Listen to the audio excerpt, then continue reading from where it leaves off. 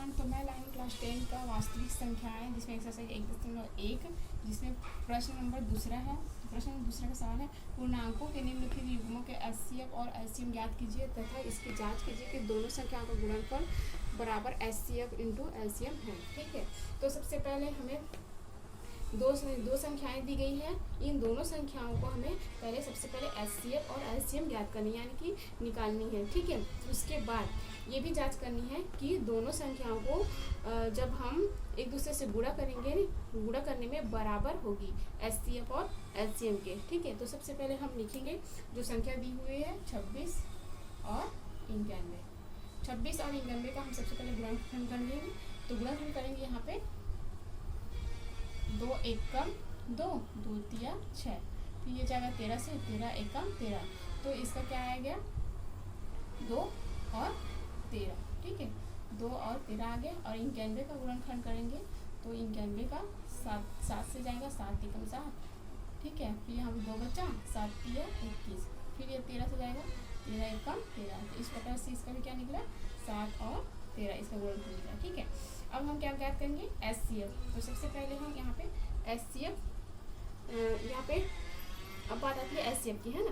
तो एचसीएफ पहले HCF, HCF हमारा क्या है, पहले संख्या लिख लेते हैं 26 और 91 का एचसीएफ होगा, इसका एचसीएफ होगा ये जो इसमें से जो दोनों बराबर हो गए, जो संख्या दोनों में आया होगा उस वो ही है हमारा एचसीएफ। ठीक है, तो 13 और 13 इसमें ऊपर भी आया और नीचे भी आया, तो हमारा एचसीएफ क्या है 13। ठीक है, अब इन दोनों संख्याओं का एचसीएफ क्या हुआ 13। ठीक है, अब बात आती है एलसीएम की, एलसीएम।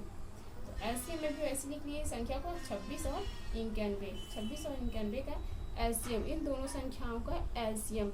तो हम इसमें देखेंगे तो इसमें से जो सबसे छोटा होगा उसको हम पहले लिखेंगे, और जो सबसे छोटा है वो कितने बार आया उसको हम लिखेंगे। तो सबसे पहले छोटा 2 है, तो 2 एक ही बार आया है, तो लिख लीजिए 2 इंटू, उसके बाद है 7, उससे बड़ा 7 है तो 7 लिख लीजिए, वो भी एक ही बार आया है।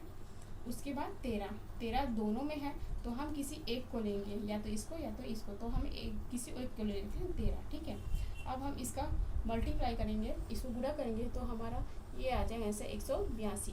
अब दोनों संख्याओं का एलसीएम क्या निकला 182। ठीक है, अब बात करते हैं, अब हो जाएगा, अब हमें ये भी जांच करनी है कि अब संख्याओं का बराबर हो एचसीएफ इंटू एलसीएम। ठीक है, अब हम जांच करेंगे, तो यहाँ पे हम लिख लेते हैं एचसीएफ इंटू एलसीएम बराबर एचसीएफ क्या निकला दोनों संख्याओं का 13। ठीक है, इंटू एलसीएम क्या निकला दोनों संख्याओं का 182। ठीक है, अब दोनों संख्याओं का मल्टीप्लाई करेंगे तो हमारा आंसर हो जाएगा 2 3 66। ठीक है, 2366, दोनों का हम मल्टीप्लाई करेंगे तो 2366 आ जाएगा। ठीक है, उसके बाद आते हैं, अब हम चेक करेंगे कि दोनों संख्याओं को गुणा करने में हमारा आंसर क्या आता है। तो यहाँ पे लिख लीजिए फर्स्ट संख्या इंटू सेकंड संख्या। ठीक है, तो फर्स्ट संख्या हमारा क्या है 26 इंटू सेकंड नंबर क्या है हमारा 91। ठीक है, फिर बराबर दोनों को मल्टीप्लाई करेंगे तो हमारा आंसर कितना होगा 2366। ऐसी ही दोनों का सेम आंसर आ गया। ठीक है, यानी कि एचसीएफ इंटू एलसीएम बराबर क्या होगा 2366, और फर्स्ट संख्या और सेकंड संख्या को हम गुणा करेंगे तो हमारा क्या होगा यही 2366। अब दोनों को गुणा करने पर यही आंसर आता है। ठीक है, एचसीएफ और एलसीएम को गुणा करने पर भी यही आता है। ठीक है, दोनों संख्याओं को गुणा करने पर यही आता है, और एचसीएफ और एलसीएम को गुणा करने पर भी हमारा आंसर यही आता है। तो लास्ट में एक और लाइन लिख लेते हैं, तो हम लास्ट में एक और लाइन लिखेंगे, इस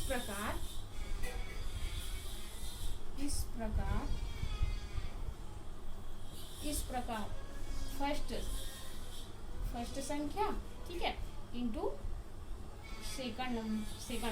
ठीक है, बराबर होगा HCF इंटू LCM के। ठीक है,